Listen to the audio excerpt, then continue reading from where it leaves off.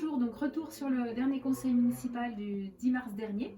Donc nous avons choisi de vous parler de trois sujets. Moi j'ai parlé des sorties à la journée pour les écoles et de la carte scolaire. Bonjour. Personnellement, je vais revenir sur l'adoption du budget primitif 2021. Bonjour à toutes, bonjour à tous. En ce qui me concerne, j'évoquerai la friche loison et le projet immobilier et une petite note d'ambiance sur le conseil municipal.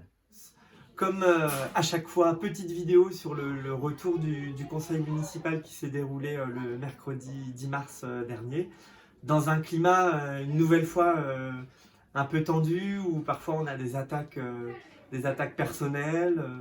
On nous dit qu'on ne comprend pas très bien ce qu'on nous présente, mais bon, ça ne nous empêche pas d'être présents, de travailler les dossiers, de poser nos questions, de faire nos propositions. Et puis, je note aussi que voilà, les prises de parole finalement se répartissent entre quelques membres de la majorité et que finalement, nombreux des conseillères et des conseillers sont silencieux.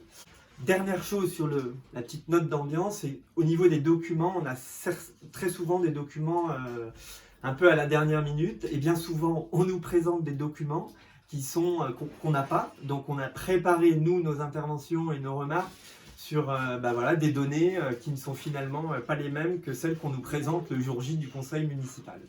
On a aussi assisté à la présentation de l'opération immobilière sur la friche loison. Donc nous, c'est un projet qu'on soutient parce que offrir des nouvelles perspectives sur du logement neuf, c'est important pour l'attractivité de la ville. Ça permet de capter des familles qui auront des enfants et qui les mettront à l'école, qui iront à la médiathèque.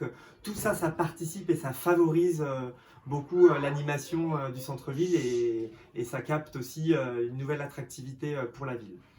Néanmoins, on a aussi un point de vigilance quand même à partager sur le financement. Pour l'instant, le plan de financement présenté est circonscrit à la démolition. Donc, bien entendu, l'opération immobilière et la construction doivent être financées. Et c'est là où nous, on n'a aucune information par rapport à ça.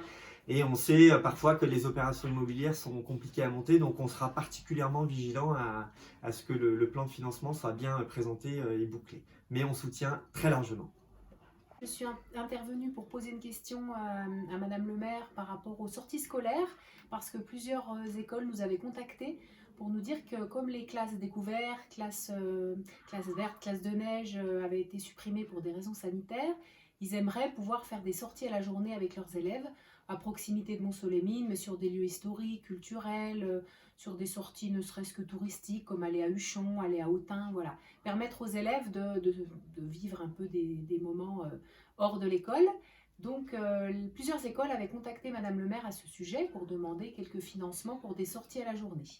Donc, il nous a été répondu que Madame le maire n'était pas au courant de ces demandes et qu'il fallait effectivement faire ces demandes au service éducation, qu'elles seraient accueillies favorablement et que c'était tout à fait possible de faire des sorties à la journée. La question de la carte scolaire, donc de la sectorisation, a été évoquée par Madame le maire.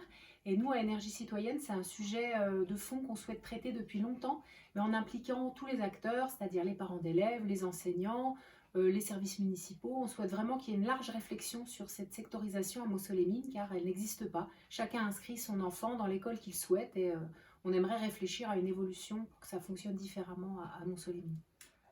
Alors ce conseil était essentiellement consacré à l'adoption du budget primitif pour 2021, donc dans la droite ligne de ce qu'on avait déjà dit au moment du débat d'orientation budgétaire. On a fait part d'un certain nombre d'inquiétudes qu'on avait sur la capacité de la ville à autofinancer ses investissements, la question de l'endettement et la question primordiale à notre sens de la mobilisation de crédits, de subventions.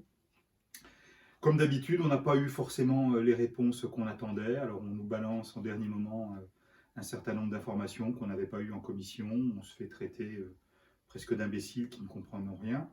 Néanmoins, voilà, la situation financière de la ville n'est pas simple.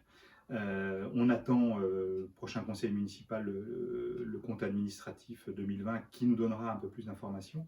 Mais aujourd'hui, on a quelques inquiétudes sur la capacité de la ville à autofinancer des investissements, des projets auxquels nous adhérons, hein, comme la friche Loison ou la rénovation complète de l'éclairage urbain.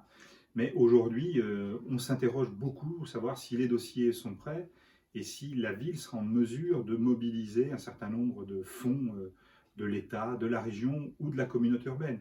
Et là aussi, à la communauté urbaine, on a pointé un certain déséquilibre territorial entre les subventions qui peuvent être mobilisées sur Monceau et sur le Creusot, par exemple, sans se mettre en concurrence avec les autres villes. Mais c'est une réelle inquiétude. Et à chaque fois qu'on pose ces questions, on nous renvoie dans nos cordes et on nous explique qu'on ne comprend rien. La réalité est sûrement un tout petit peu plus complexe que ce que veut bien dire Mme Jarot. Voilà, on a essayé de vous résumer un conseil municipal de 6 heures. N'hésitez pas à faire des commentaires et puis à diffuser largement ces petites vidéos. À bientôt. Au revoir. À bientôt. Au revoir, merci. Au revoir.